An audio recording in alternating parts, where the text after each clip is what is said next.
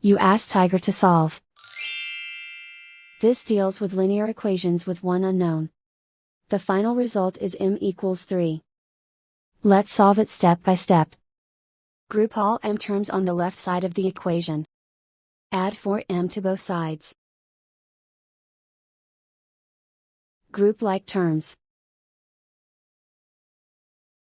Simplify the arithmetic. Group like terms. Simplify the arithmetic. Group all constants on the right side of the equation. Add 6 to both sides.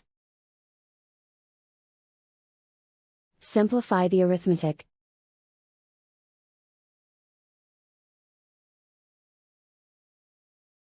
Isolate the m. Divide both sides by 6. Simplify the fraction.